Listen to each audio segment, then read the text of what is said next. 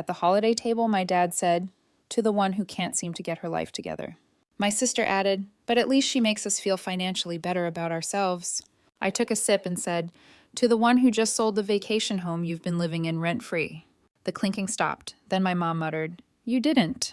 By the time that night came, it wasn't just another family dinner. It was the drop that finally spilled over. For my sister, it would be the beginning of the end, though she didn't realize it yet. She'd been living in the holiday home for years, rent-free, and not just any home. This was the one I bought, maintained, and quietly paid taxes on, the place they all loved to call the family getaway. But somewhere along the way, my sister decided it was hers. She acted like she was the rightful owner, like we were all coming to her house for the holidays, as if she was the one graciously hosting us out of the goodness of her heart. The thing is, that attitude didn't come out of nowhere. It was years of small, cutting remarks, sarcastic jokes about my life, and sly reminders that in their eyes I was the one who had never quite measured up. Even when I'd helped her out of a financial mess twice, she still found ways to remind me that she was doing better. Better socially, better career-wise, better in every way that counted to her. And every holiday, the pattern repeated itself. Little digs from my father, a smirk from my sister, and my mother pretending not to hear. I'd always played along because that was easier. It was easier to let them think I didn't care. But something in me had shifted over the past year. I had been doing a lot of thinking, a lot of quietly pulling away, and a lot of preparing for the day when I wouldn't just sit there and take it. That night, the table looked flawless, the kind of picture-perfect setting my mother prided herself on. Candles in silver holders, spotless crystal glasses, the smell of roasted meat filling the room. My sister was in her element, sitting at the head of the table like she owned the place, telling another long story about her latest business deal and how she was already planning the next one. I didn't bother pointing out that the down payment for her first deal had come from me, wired into her account when she'd sworn she'd lose everything if she didn't get it. When the main course was served, my father picked up his glass. He always made a toast, but his toasts weren't the warm, sentimental kind. They were performances, and I'd been his favorite target for years. He raised his glass, smirking the way he always did when he was about to land a hit. "To the one who can't seem to get her life together." The familiar chuckles went around the table, the same rehearsed amusement I'd heard countless times. Before the sound even faded, my sister leaned in with a grin. "But at least she makes us feel financially better about ourselves." The laughter that followed was almost reflexive for them, but this time it wasn't going to pass. I took a sip from my glass, stood up slowly, and waited until I had their full attention. My voice was calm, almost casual. "To the one," I said, "who just sold the vacation home you've been living in rent-free." It was like I'd dropped a glass on the floor. Everything stopped. My father's smirk vanished. My sister's mouth hung open. My mother froze, still holding her fork. I sat down without another word. No explanation, no follow-up, just silence. It stretched across the table like a heavy fog, pressing in on all of them. Finally, my mother spoke, her voice low but sharp enough to cut through the quiet. "You didn't." But I had, and they would find out soon enough just how much else I was done putting up with. The morning after that dinner, the house was quiet and, for once, so was my phone. No texts, no calls, not even the usual "great night with the family" group message my sister liked to send after every holiday gathering. Normally she'd post some overly polished photo of the table with a caption about cherishing the little traditions, pretending it was all hers to cherish. This time there was nothing. I made coffee and went about my morning without thinking much about it. If anything, the silence was almost refreshing. I didn't need to hear them trying to reframe what happened, or worse, pretending it hadn't. Still, I knew them well enough to understand this wasn't over. They were all processing, and my sister, more than anyone, was going to feel the ground shift beneath her feet. By mid-afternoon, the quiet cracked. My phone lit up with her name. I ignored it. A few minutes later, my father's name appeared, then my mother's, both going to voicemail. They weren't calling to check in. They were calling to get answers, to see if I could be swayed. What they didn't know yet was that the sale wasn't a threat. It was done. The vacation home had been listed quietly, shown discreetly, and signed over weeks ago. The deposit was sitting in my account. I told no one because I didn't want the drama until there was nothing left for them to stop. For my sister, this wasn't just losing a place to spend the holidays. She'd been living there nearly full-time for 3 years, using the address on everything from bank documents to party invitations. She'd hosted her friends there, presented it as her property, even hinted that she might renovate the kitchen.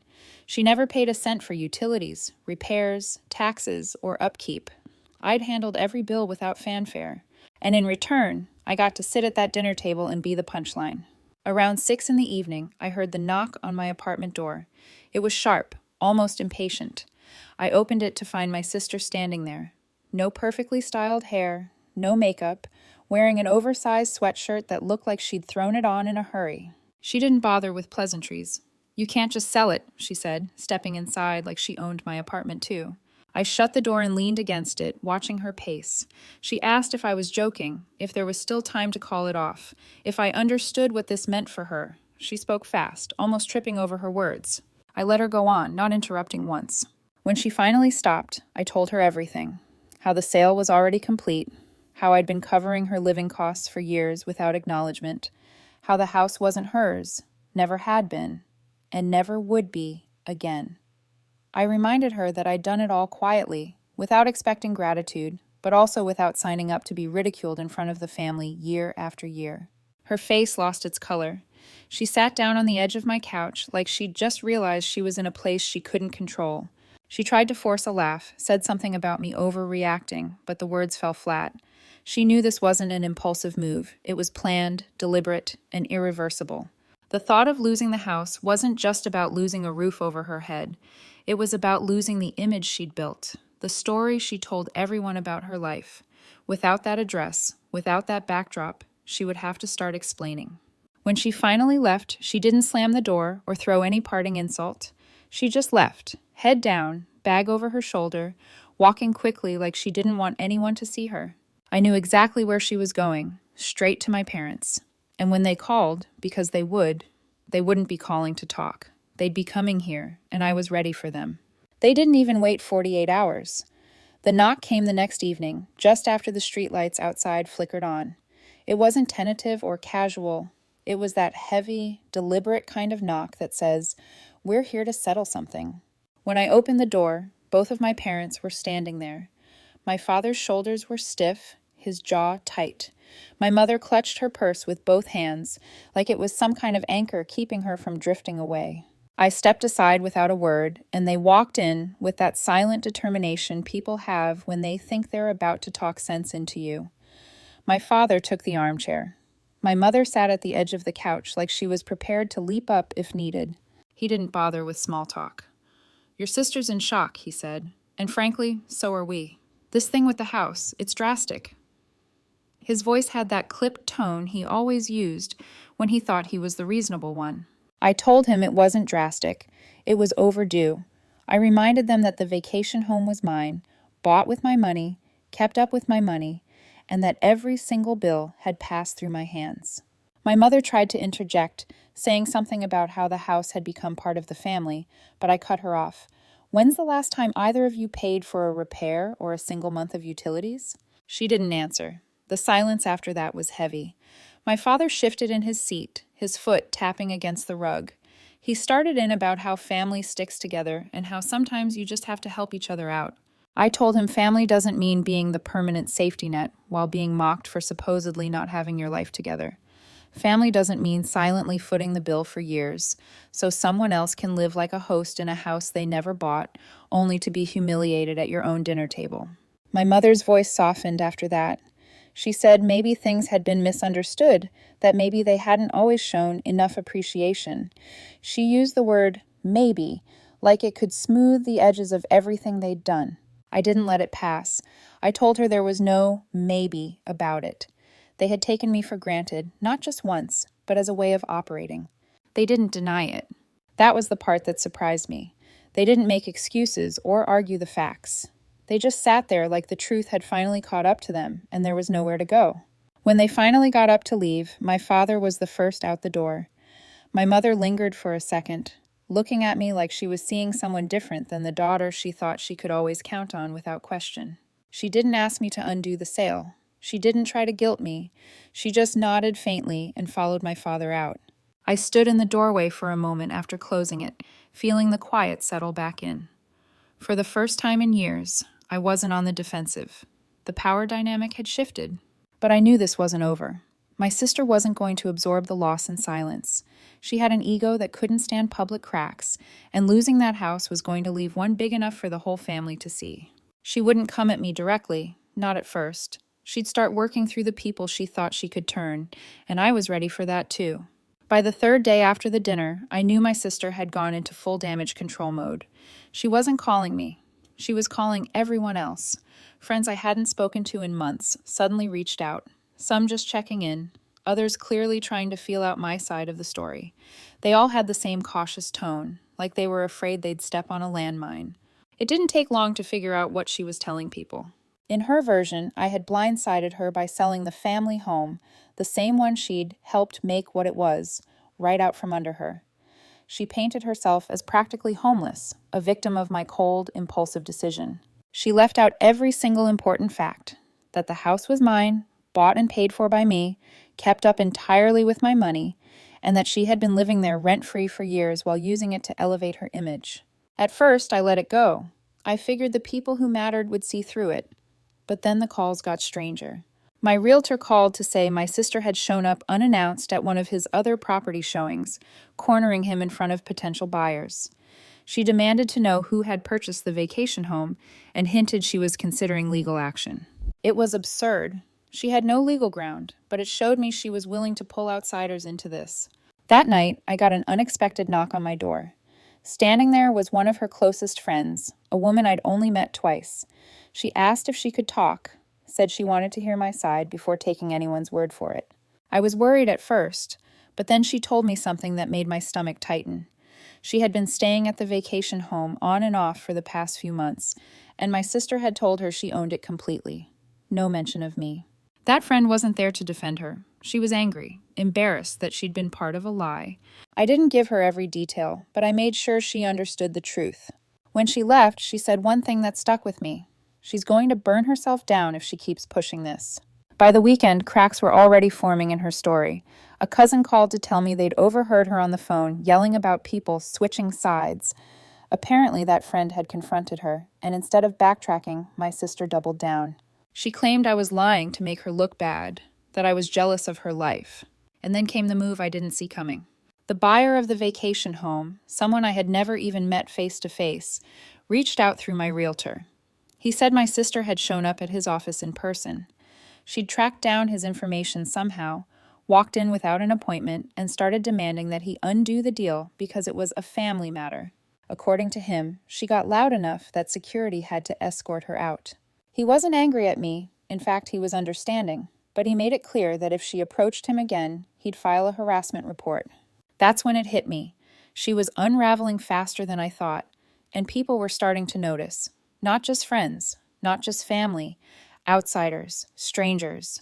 She was crossing lines that couldn't be walked back, and if she kept going, she was going to leave me with something I never had before in this situation: undeniable proof.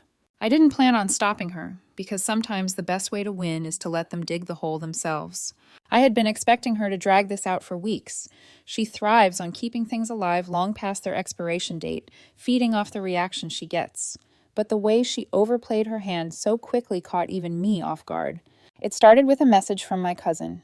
"You need to see what your sister just posted." Attached was a screenshot from a community bulletin board in the small town where the vacation home was located. My sister had written a full-length rant accusing the buyer of stealing her property. She claimed she had been tricked out of her rightful inheritance by a family member with no loyalty.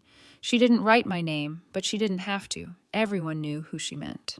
She'd gone further than I thought possible. She attached photos of herself around the property, lounging on the porch with a coffee cup, posing with her friends in the kitchen, sitting on the dock in the summer. She framed them as proof of her ownership, which was laughable, but also dangerous. The post wasn't just some online vent. She included the buyer's full name, the address of the house, and even the name of his business. I read it twice, knowing what this meant.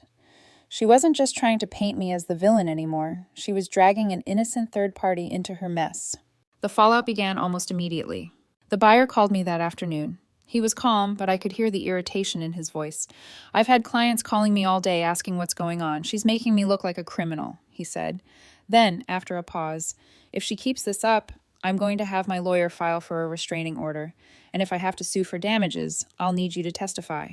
I told him I understood and that I'd stand by him.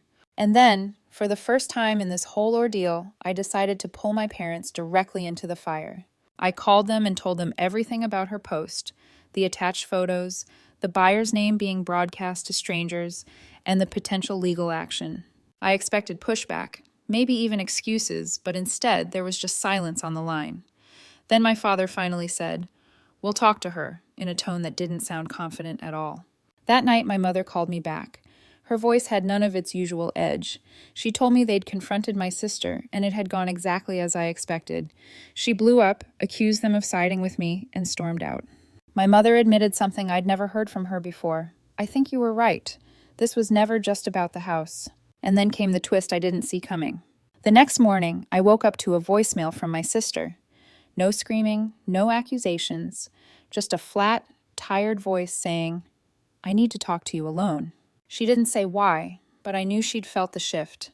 She'd realized that every move she made from here on could be used against her, not just by me, but by someone outside the family with legal leverage. For the first time in years, she wasn't in control, and I wasn't about to hand that control back. 3 days after her voicemail, she showed up at my door. This time, there was no rapid, impatient knock, no air of command in her posture. She just stood there, half-shadowed behind the frosted glass, waiting. I opened the door and stepped back without a word. She came inside like someone who wasn't sure they'd be welcome. We sat at my kitchen table, the same table where I'd had countless quiet breakfasts alone. She kept her hands clasped, her eyes moving around the room, but never really meeting mine. For a while, neither of us spoke. It wasn't just awkward silence. It was the kind that fills the space when both people know the power dynamic has shifted. When she finally spoke, the words came slowly. She didn't apologize. Not outright, but she admitted she'd let things get out of hand. She claimed the post about the buyer was written in anger, that she had deleted it, and that she never meant to cause trouble for him. She said she was embarrassed, that she'd been under a lot of stress. I didn't interrupt. I let her spill everything. All the explanations that weren't quite admissions, all the excuses that didn't change the facts. When she was finished, I told her plainly what was going to happen moving forward. No more unspoken financial favors. No more borrowing that was really taking. No more living in anything I owned. If she wanted something, she'd have to pay for it herself. If she tried to pull me into public drama again, I'd cut contact entirely. No second chances, no negotiations. She didn't argue. She didn't try to soften me with a joke or turn it back on me like she usually did. She just nodded once, her eyes fixed on the table like she couldn't stand to look at me while agreeing. When she left, I closed the door and thought, that's it. It's done. The house was gone. My role as the family's silent bank was over, and she'd been forced to face boundaries she couldn't bend. But a week later, I learned that wasn't the full story. The buyer of the vacation home called me unexpectedly. I braced myself, thinking there was another problem, but instead he thanked me for keeping the situation from spiraling further. Then he mentioned something I didn't expect. My sister had contacted him directly again, not to harass him this time, but to ask if he'd consider selling the property to her once she got the funds together. She'd offered to pay full market value. The irony was, she didn't have anywhere near the amount she needed. She would have to find investors, take out loans, or, and this part made me almost laugh, ask our parents for help. I could imagine the conversations already, the mental gymnastics she'd use to frame herself as the rightful owner fighting to get back. What was hers? That's when I realized she hadn't learned the lesson I thought she had. She wasn't moving forward. She was still looking backward, still trying to rewrite history, still convinced that if she pushed hard enough, she could undo what I'd done. But for the first time, that wasn't my problem to solve. She could fight, beg, or scheme all she wanted. I wouldn't be part of it. I had stepped out of the role they'd kept me in for years, and I wasn't stepping back in. The real ending wasn't her losing the house. It was me walking away from the part I'd played in enabling her for so long. And in the silence that followed, I realized something I hadn't expected. It wasn't anger or bitterness I felt. It was relief. The update. 2 weeks of quiet. No texts, no calls, no snide group messages from my sister, no family updates from my mother, no veiled requests for favors. At first it felt strange, like the silence was just the pause before another round. But as the days passed, I started to think maybe this really was the end. Then, on a gray Thursday morning, my phone rang. The name on the screen made my stomach tighten. It was the buyer of the vacation home. I figured it was something small, maybe a question about forwarding mail or leftover maintenance details.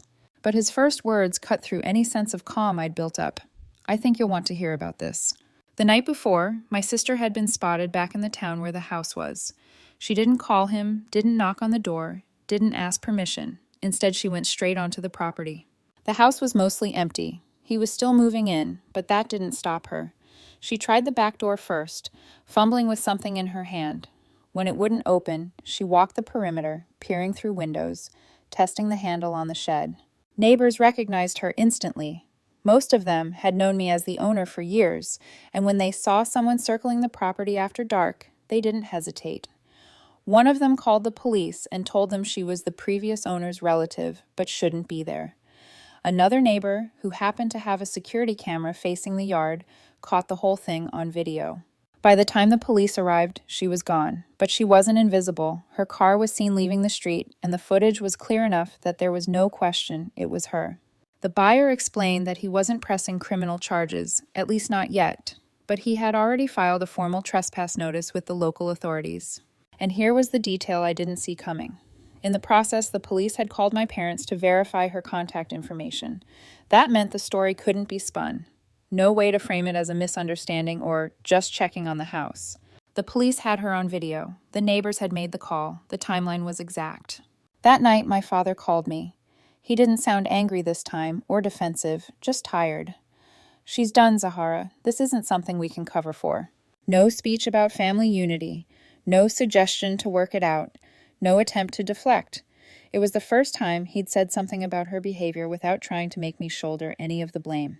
The next morning, my phone buzzed with a text from my sister. Just 3 words. "You ruined me." I read it twice, then set the phone down without answering, because I hadn't ruined her. She'd done that herself, step by step, decision by decision, convinced she could twist every situation to her advantage. All I'd done was stop playing the part she'd written for me. And that was the final break. No more obligations. No more being the quiet one who absorbs the hits. No more letting their version of family dictate my place. When the silence returned, it wasn't heavy anymore. It was light. It felt like space I could finally use for my own life. For the first time in years, I wasn't enduring anything. I was free from it. And I knew, deep down, there was no going back. Second update. It's been a month since the trespassing incident, and things have settled in a way I never imagined. My parents haven't tried to mediate or drag me into another family talk. My father, true to his word, stopped covering for her. My mother has been quieter than I've ever known her to be. They still speak to her, but from what I hear, it's strained. She's been couch hopping between friends' places, trying to convince someone to back her idea of getting the house back. No one's biting. The buyer did end up taking the next step. Last week, he filed a formal restraining order against her. I wasn't required to testify. The police report, the neighbor statements, and the security footage were enough. But the court date came and went without much fuss. She didn't even show up. The order went through in her absence, which says a lot about where she's at now. Here's the part I didn't expect. The buyer called me afterward, not to talk about her, but to thank me. He said something I haven't been able to shake. It's rare someone cuts ties with this kind of drama before it destroys them. Most people don't know when to stop paying for someone else's chaos. It was strange hearing it from someone who barely knew me, but it landed in a way my own family's words never had. As for my sister, the last I heard was through a mutual friend. She's telling people she's starting fresh in another city. I don't know if that's true or just another version of her story. I don't care enough to find out. What I do know is this. I didn't just sell a house. I sold the last piece of ground she could stand on while talking down to me. I closed the door on years of being the safety net, the backup plan, the silent provider who was still somehow the family joke. Now my life is quiet, the kind of quiet that doesn't feel like waiting for the next blow. I've got my weekends back, my head clear, and my money going toward things that actually matter to me. And I think the final surprise in all of this is that I'm not angry anymore, not at her, not even at my parents. I'm just done. And for the first time in a long time, that feels like winning.